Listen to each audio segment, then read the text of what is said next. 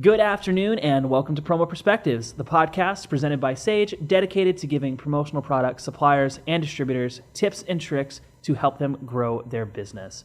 We have been doing a series on social media and digital marketing strategies, and today I am joined by Sage's Senior Brand Marketing Manager, Nicole Cook, to talk about brand marketing. Nicole, welcome to the show. Hello, thanks for having me. Thank you for coming on. Why don't you introduce yourself to the audience? Tell them a little bit about you and your background in marketing and brand marketing specifically. Sure. So like Gabe said, my name is Nicole Cook. I'm the Senior Brand Marketing Manager here at Sage. And I have been here a little under a year. I'm almost at a year's mark. And this actually puts me under a year in the promo industry as well. So new to promo, but not new to marketing, not new to brand marketing. My background has actually spanned a few industries. I started off in the restaurant industry. I went to fitness. Before this, I was in finance. And what I will say is that what I've learned in each industry is that there's always a lot to learn, and there's a lot to learn about the nuances between the industries and all the acronyms and all of that good stuff. But what is cool to see is that the marketing principles really remain the same. So I've had experience doing brand marketing in all of the above industries, and so I feel like it makes me have a really unique perspective for our conversation today. Well, and like you said, those principles, not only do they transfer across industries, even within our industry, right? Like we are made up of at least three segments here in the promo industry, the suppliers, the distributors, and the business service providers. But everything that we are going to talk about really applies to everybody, especially with brand marketing, because it's a lot more, I think, generally applicable than some of the things I talked about in the main episode with like specific marketing channels. Totally agree. To kick us off, why don't you kind of define and tell us what brand marketing is? It's just logos, right? It's the company's logo? No, not logos. We'll start off by saying what brand marketing is not. Branding is not just your logo. It's not just the colors. It's not even your website design. It is really the sum total of every interaction that someone has with your company. And you can really think about it as about the perception that your customers have about you and also the promise that you're making. So like, are you promising reliability, creativity, speed, things like that? All of that together and the perception that your customers have about you is what really makes up a brand. Well, and we talked about in the main episode all these different channels that you can use for marketing. And there are some channels that are better for building like brand authority, but no matter what channel you're using, that brand should be coming through loud and clear.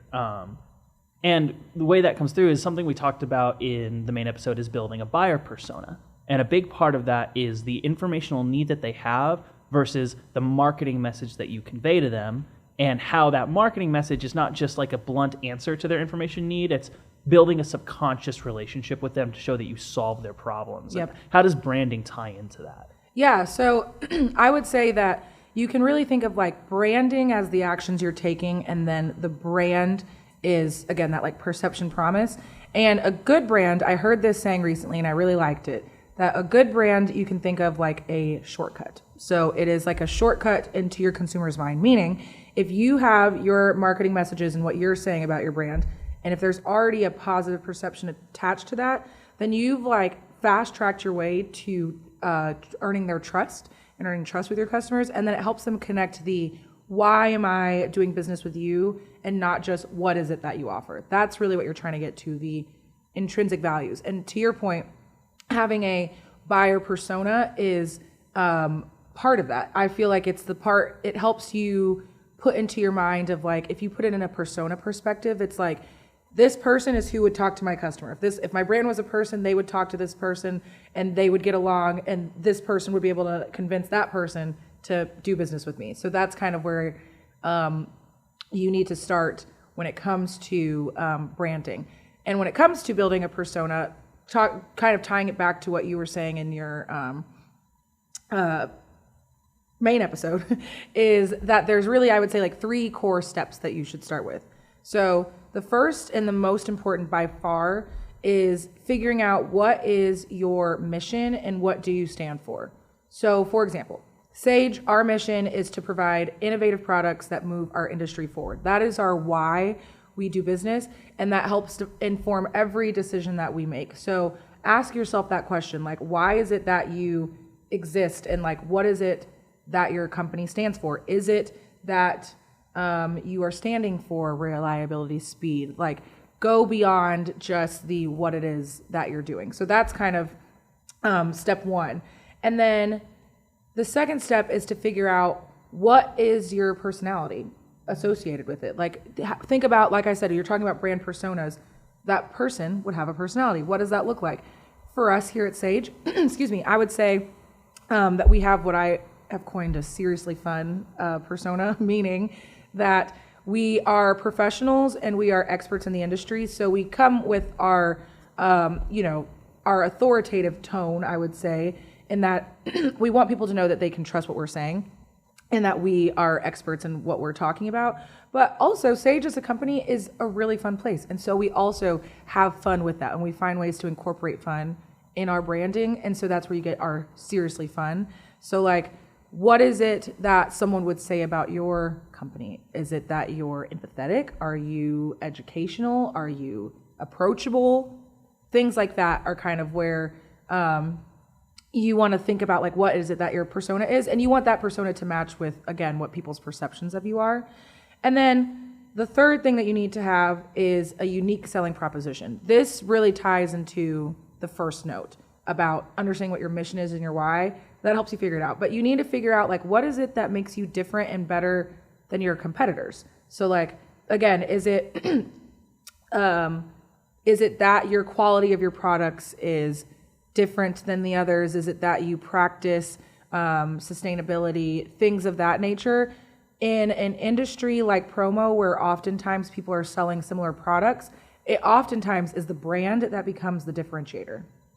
Yeah, and that was exactly what I was going to ask you about that too, because especially people that are listening to this show, they have access to all of the same database of products. They're selling within relatively the same margins, so they're not likely making their competitive advantage product selection or price. So it has to be something else, and that something else is going to be tied to their brand identity. Mm-hmm. Going back kind of that personality and voice, because like you said, Sage, we have this professional, but also kind of fun and a little silly, but never crossing the line. And I think a lot of that comes from the kind of company that we are, which is to say a software company. And obviously software, it's literally very like straightforward and professional. It's code, it's understanding of logic, and it's businesses, but it also has this kind of cultural background in like Silicon Valley and the young go-getters who are a little out there and have beanbag chairs in the office.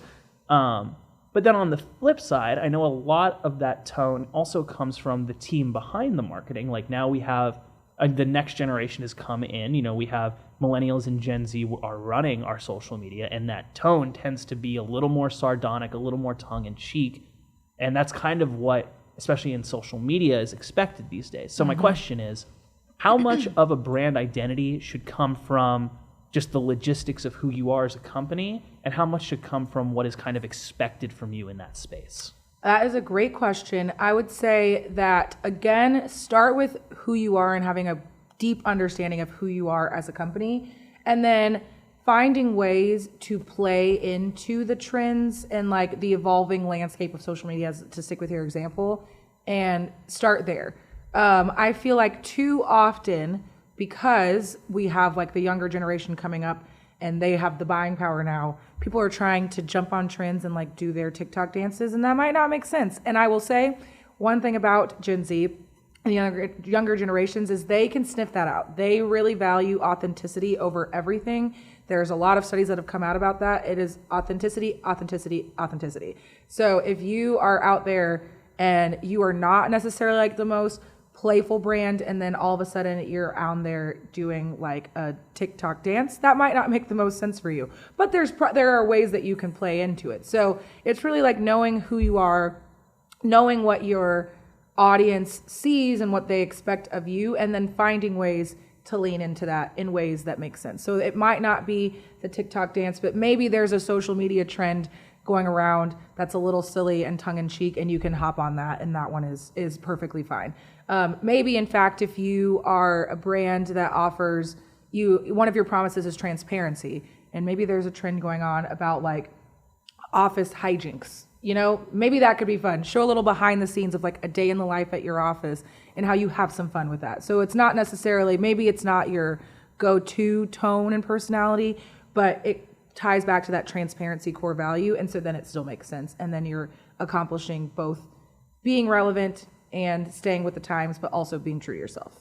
So can you kind of give an example of all three of these things for a hypothetical? Let's say a company that is focused on eco-friendly and sustainable products. What might their brand identity be by these three pillars? So if we're going to use the three pillars of core value, mission, brand persona, personality, and then your unique selling proposition, I'd say your core value could be sustainability.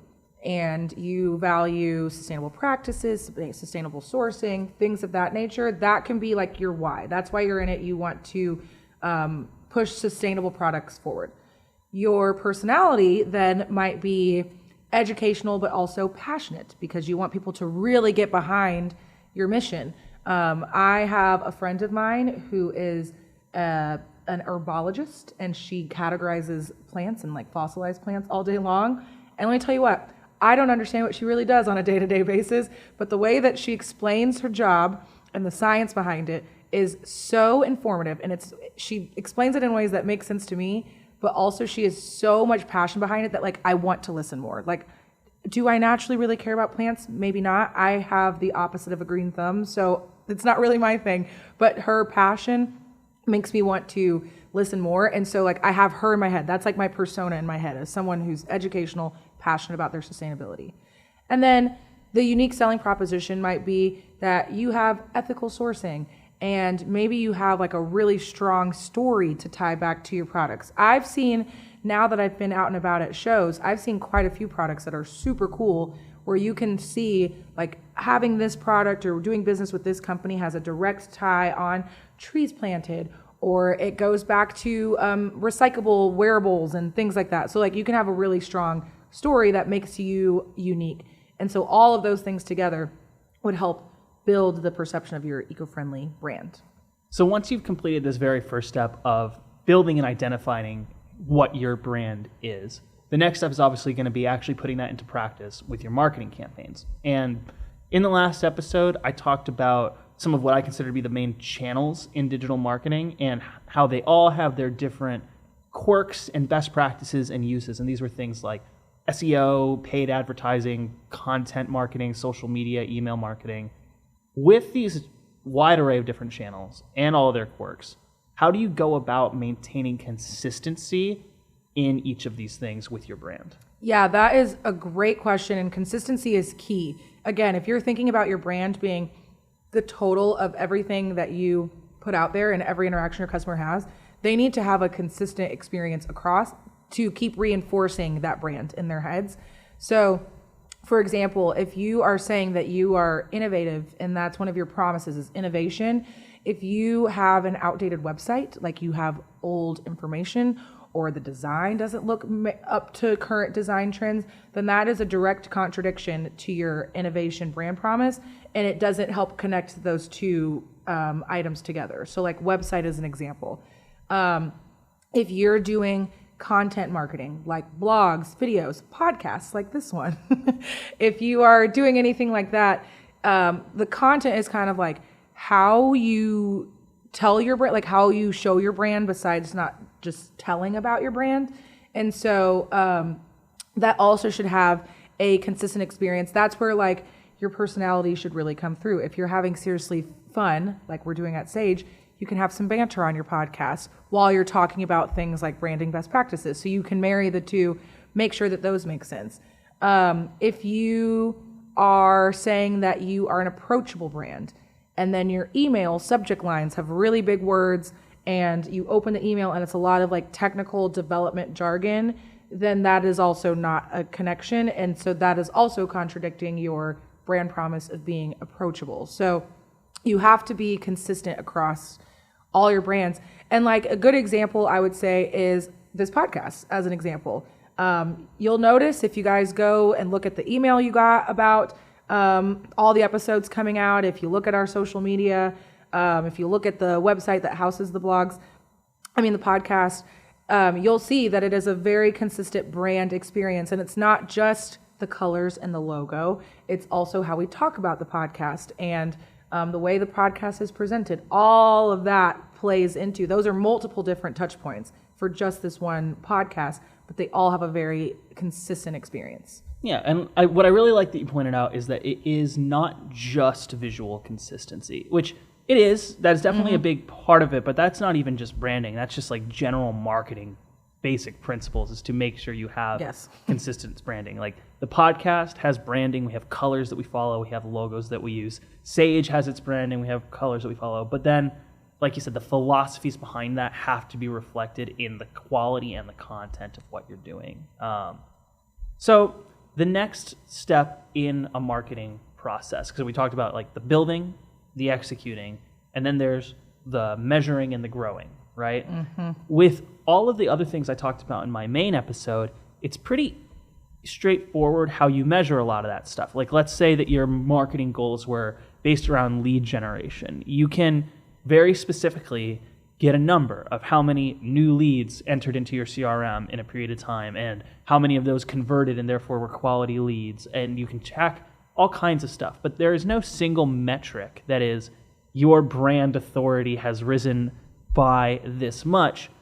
Yet measuring results and iterating is still a fundamental part of a strategy. So how does that fit into brand marketing? You are hitting on what every brand marketer has ever, I'm sure they've had to go to bat for providing value on the branding a ton. This is a tough subject. It's not tough, but it seems tough because to your point, there's no like one metric that says like, yeah, brand good or, brand not doing good. So you have to kind of find other KPIs, of which there are many, that speak to your overall brand health, even if it's not like a direct branding KPI. So for example, your website engagement. What are, like, how much time are people spending on your page? Are they going to just one page, like the home page during their visit, or are they clicking through multiple pages? This can tell you if your website is providing valuable content. Like if you can see that they're spending a good amount of time and they're clicking through pages, that is probably a good indicator that you're providing content that people actually engage with and care about, or not. If you're seeing that people are just like clicking through and they only get to the home screen, well, maybe that means that they saw an ad of yours, clicked on it, and then didn't find anything of value and they bounced right off. So that is kind of an indicator that shows genuine engagement with your brand versus just quick hit visits. Social media is a huge one. Likes, comments, shares, saves, follows, follower growth. Those are all indicators to tell you how is your brand resonating with people. Also in social media, you have the benefit of people being able to interact. And so you can see if people are actually like physically, if they like what you're putting out there. You can tell if like this seriously fun tone is even resonating with them. Maybe you came out with a brand persona that you thought made sense in your head, but when you actually take it to your customers, it is not jiving. Your engagement, social media can tell you if those two are matching up. And if they aren't, that gives you an opportunity to figure out what you can do differently and how you can tweak it to better match what their expectations are. Another good one is brand sentiment. There are a lot of tools out there, some free, that help you with what's called brand listening and social listening. Basically, it helps you to figure out what people are saying about your brand in spaces that you might not actively be in. But a more straightforward one would be like your Google reviews. Like those are direct feedback from your customers to see if you have, you can use the metric of like, are we above 4 stars? Are we a 5-star company? Are we below 4 stars? Why? What are people saying about it? Is it because our lead times are too long? Is our production time too long? Those are things that you can then take back and grow from and learn. And then if you can overcome those challenges, now you're back to becoming the brand in their head that they want to see. And then I'd say a last good one that and of course there's many, but just for the few that I think are really strong ones, are also like referrals and repeat business. Like that's direct. Are you only getting people one-off because you had a special and someone just wanted a quick, cheaper option? Or are you seeing the same people come back and, back and again, and then are they telling other people about you? Like, how's the word of mouth sounding? That can also tell you if your brand has a really strong perception. So again, while these may not be directly a branding KPI, they are all still good indicators of your overall brand health. I think that is an excellent way to look at it because, like you said, you have to go to bat and show that what you're doing for your company has value. And it is hard to find those single metrics that do that, but it is important to measure them anyways. I think that kind of covers the process. Just very generally, obviously brand marketing is too big to cover on one episode of a podcast, but there are lots of great resources if people want to learn more. I know that HubSpot has great educational resources on how to improve your brand, things like that. I highly recommend people go take a look at that. I thank you so much for sharing your expertise today. Do you have anything else that you want to share? Any final messages or parting words for the audience? Yeah, I'd say that just remember that your brand really is the core of who you are. It is like you have your own personal brand, your company has a brand. And it's really remembering that your brand is the promise that you make and then the perception that you have with your customers. So take the time to invest in understanding what your brand is heavily. Take that time to really figure out who you are, be relentlessly consistent, and then realize that understanding a strong brand leads to positive perception in your customers' brains, which only then translates into higher sales and a more successful and flourishing company. So if you can focus on really investing in your brand, it really, really helps. It trickles down into all aspects of your business from there. Awesome. Well, thanks again for coming on the show, Nicole, and thanks everybody for listening. If you have any questions about how you can integrate anything you've learned in the last several episodes about marketing into your strategy, or if there's topics you'd like to hear us cover on the show, reach out to us on social media, share that information and your opinions with us, and we just want to provide value to you. So thanks for listening, thanks for subscribing, and we'll see you on the next one.